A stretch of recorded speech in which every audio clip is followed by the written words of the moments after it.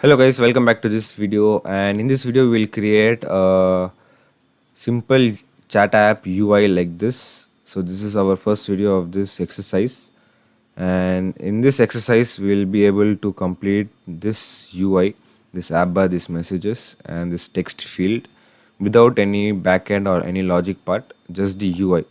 So let's roll into the video. So first we have created a project, and inside the lib folder we have a main.dot. We will write a code from scratch. So first we'll import our material, then we will create a class, stateless class. We'll give this as my app. Then we have to create a main function, and inside this function we have to pass another function, run app, and inside this run app function we will pass our class name, my app. So in this my app, the first widget, that is material app, and this material app contains a property called home, and we have to pass another class, my home. So we have not created this class yet, we will create this class now. Okay, so we'll create a new file in our lib folder. We'll name it as my home.dart. Actually we have to give here scaffold, we will give that in this class. So in my home class we will create our import package, then another STL. Here we will give my home, and in my.dart we'll click on this, bulb, and we'll see import my library, my home. So we'll click on this and it will get imported. So the error is gone, and in this my home we will return scaffold. Okay, so this scaffold contains different properties like app bar. So first we will pass the app bar widget. We will give a title. The text will be, let's say, username. I will give my name, Hussein. Now first we'll run this and see. Make sure that you are in your project folder in the terminal. So my project name is smart app. I am inside the smart app. Okay, now we have a debug label here. We'll remove this first because it's a little disturbing. So inside the material app we have a property debug show check mode banner. We will give this as false, and if we hard reload it, it will just disappear. So in my home we have to add a leading icon. Let's add one icon, icons dot some icon like back.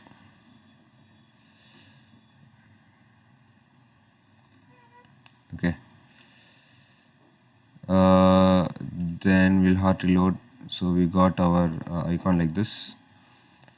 Then we should add a profile picture. We'll add it in the last. Then we will add some icons in the right side. So for that, in actions we will add some icons. We'll pass icon widget, let's say info outline. Then we have icons dot, let's add flag outline. So let's see the output of this. So we got our output here, but it is kind of congested, so we will add some empty space. So for that we'll just add container and add a width of, let's say, 20. So instead of this container there is another widget like sized box. You can add that also, the output will be same. So this is kind of looking like Instagram DM. So we will add some space below this flag also. Okay, now what we will do, we will add another icon, because in Instagram there are 3 icons. Icons dot camera, let's say video.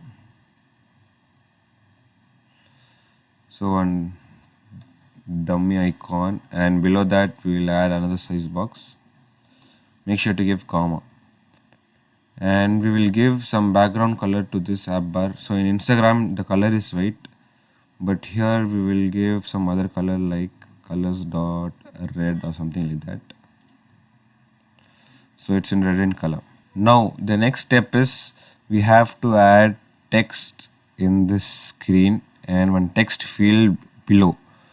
So for that, what we will do, we will go below this app bar, and this scaffold contains another property called body. So we will use this body. So in this application we will use few widgets called row, column, expanded, text field, and align. Okay, so if you don't know about this, we'll try to understand in this video itself. So first what we will do is we will add a column, because the DMs are one below the other, right? So we will use column, and that column contains a property called children. Now here we will first give expanded. So the use of this expanded widget is it occupies the remaining space wherever we give it. So since we have given in column, it occupies the available space that it has. So we'll just give a container inside this expanded, and we'll try to give a color to check the space it has occupied. So we can see that the container is occupied in the entire screen because we are using this expanded widget. Now below this expanded, if we use another container and if we give a height of 50, we can see that this container, the height of 50 is below, and the remaining area is filled with blue container because we have given expanded. So expanded occupies the remaining area. Now since we have given in column, it is one below the other. Now we will increase this size to 60. So here we will give our text, and here we will give a text field where we can enter our text. So for this we can give a color of, let's say, gray of 100 shade. Okay, now we will remove this blue color and we will add our text here. Now we will remove this container. Now in this area we have to give our text, right? So for that we will give column again. Inside that we will give children, because this is one area. Now we cannot use that same column again. So if you want text one below the other, in this area we have to add another column. Okay, so the first thing is we will add one text. We'll give some message, new message, make sure to put a comma in the end. So we got our text here, we have our text field here, and we have our text here. Now this text is in center, we want it in left side. So what we will do, we'll just go to column and we'll give cross axis alignment dot start. Make sure to give in the upper column. Now if you hot restart, it has come to the start of the screen. So similarly we will copy this, and if we paste this, we can see that the text has come one below the other. So now we have to give this text inside one gray color box. So we will do that now. So for that, first we will give a container, and inside that container we will give a child and we'll pass the text to that. Okay, now this container will contain a height of, let's say it occupies the height of the text. So if we save this, it's the same. So we have given our container and we'll try to increase the size of this text. So for that we have a property called style. To that we'll pass text style, and to that text style we have a property called font size. We'll give it as 23. We'll hot reload, so our text size has increased. And now we have a property called decoration for this container. So below this text, inside this container, we have a property decoration. So this decoration is a property of container. So we'll pass box decoration, and inside this box decoration we'll add a color first. We'll add gray color of 200 shade. So if you're using this decoration property, you have to use color inside only this decoration property. If you're not using this decoration, you can give the color outside also. So since we are using decoration property here, we are giving the color inside. So you can see the changes here. And what we will do first, we'll give some padding and some margin to this. So padding means we will give space inside this container. You will see the changes. We'll give some padding inside this container. We have to give edge insects dot all. We'll give 8 padding. So you can see that inside that container the text has some space around it. Okay, so what we will do, we'll increase the color of this gray first, shade of this gray. Now this container is in box shape, we have to make it in curves. So for that, what we'll do, inside this box decoration we have a property called border radius. To this border radius we'll pass border radius dot circular, and we'll pass a radius like 20. Some values we'll give, and if we hot reload, we can see that we have curves here. Now if you make it 100, it will become a circle. If you make it 20 or 15, we will have curves here. Now we have given padding, which is space inside this container. We have another property called margin. Margin means we'll give space outside this container. So we'll give edge insects dot all, similar value 8. Now you can see that there are spaces outside this container, around this container as well. So we have a new message here. So we will copy this and we will paste it below this container in the column, right? So we got our 2 text messages. So likewise we can keep on pasting it, and we will get our text message, but few text messages will be on the right. So what we will do, so before pasting this container, so below this container itself we will pass a property called alignment. This alignment is still in the column below this container, right? Now we will place a text on the right side of the screen. So for that, what we will do, we will give an alignment widget. This alignment widget will contain alignment property, and we have to pass alignment dot center right. And the child, if we pass this container, will copy this container or cut this and will paste in the child. Now you can see that the last, okay, we have another extra comma here. We'll delete this comma and we'll save this and we will hot reload it. Now you can see that this container in the last has moved completely to the right, but the other container we haven't added any alignment. It has come to the center of the screen. So for that, inside this column we'll copy this cross-axis alignment and we'll pass this inside this column as well.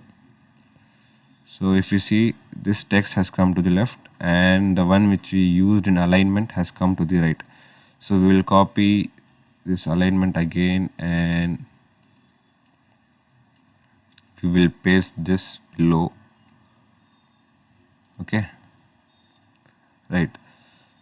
So what we can also do is we can create a separate class of this container. So we'll cut this container and we'll come below this class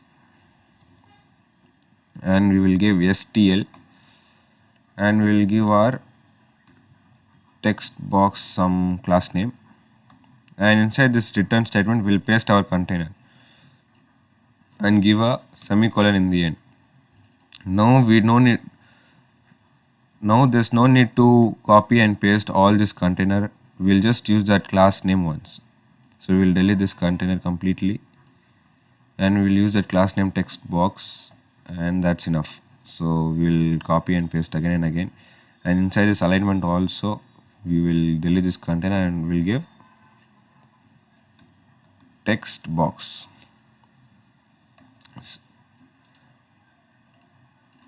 Now